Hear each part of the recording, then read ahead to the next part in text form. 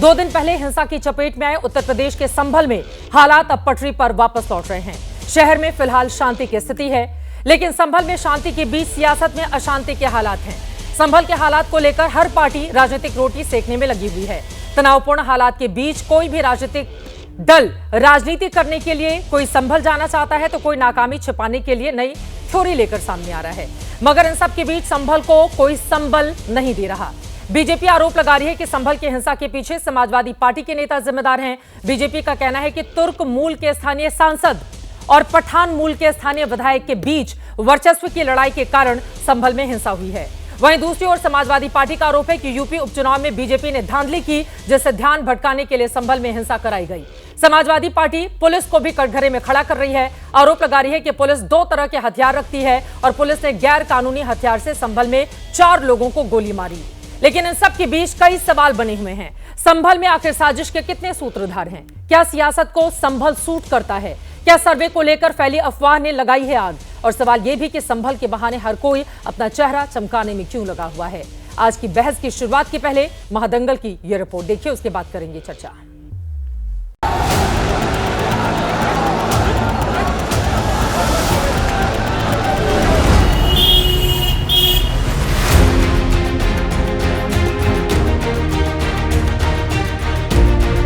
रविवार की हिंसा के बाद अब संभल में हालात सामान्य हो रहे हैं। दुकानें खुल गई हैं और आम दिनों की तरह बच्चे भी स्कूल पहुंचे। लेकिन संभल को लेकर सियासत अब भी अशांत है। समाजवादी पार्टी सरकार को घेर रही है। 4 लोगों की मौत के लिए सरकार को जिम्मेदार बता रही है।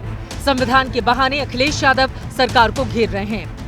संविधान दिवस के दिन उत्सव मनाया जा रहा था। सच्चा उत्सव तभी है जब संविधान के रास्ते पर चलें, और हम सब समाजवादी लोग हैं, सच्चे समाजवादी संविधानवादी लोग हैं। जब संभल में जिस तरह का काम सरकार ने किया है, जानें चली गई हैं, गम के साए में कैसे उत्सव मनाया जा सकता है? पूरी गलती है तो वो सरकार की है। सर्वे जब एक बार हो चुका था, फिर दोबारा सर्वे क्यों करना? कि निष्पक्ष कार्रवाई होगी, जो भी दोषी होगा उसके खिलाफ कार्रवाई होगी, सभी को न्याय मिलेगा।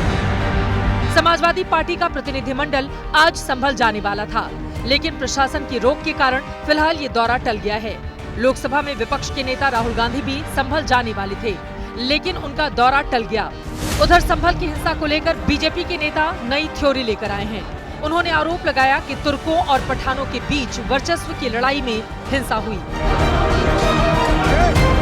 ये इनकी आपसी वर्चस्व की जो लड़ाई है, वहाँ 2 परिवारों, उस वर्चस्व की लड़ाई का ही ये परिणाम है। और 2 परिवारों के में जिस प्रकार से वहाँ प्रतिस्पर्धा है, उन्हीं लोगों ने लोगों को भड़काकर ये घटना को अंजाम दिया है। तो ये 2 पक्ष आपस में वर्चस्व की लड़ाई में वहाँ पे दंगा कराते हैं, लड़ाई लड़ते हैं। साफ कहना चाहते हैं कि ये तुर्कों और पठानों की आपसी लड़ाई है, वर्चस्व की लड़ाई है। संभल तो इतिहास है कि उन दोनों की आपसी की लड़ाई हमेशा लड़ते आए हैं और वो आज भी वो लड़ रहे हैं। और झगड़ा हिंदू और मुसलमान का वहाँ था ही नहीं, झगड़ा पुलिस बनाम मुसलमान हुआ है। प्रत्यक्ष को प्रमाण की गोली मारते हुए फुटेज हैं पुलिस के।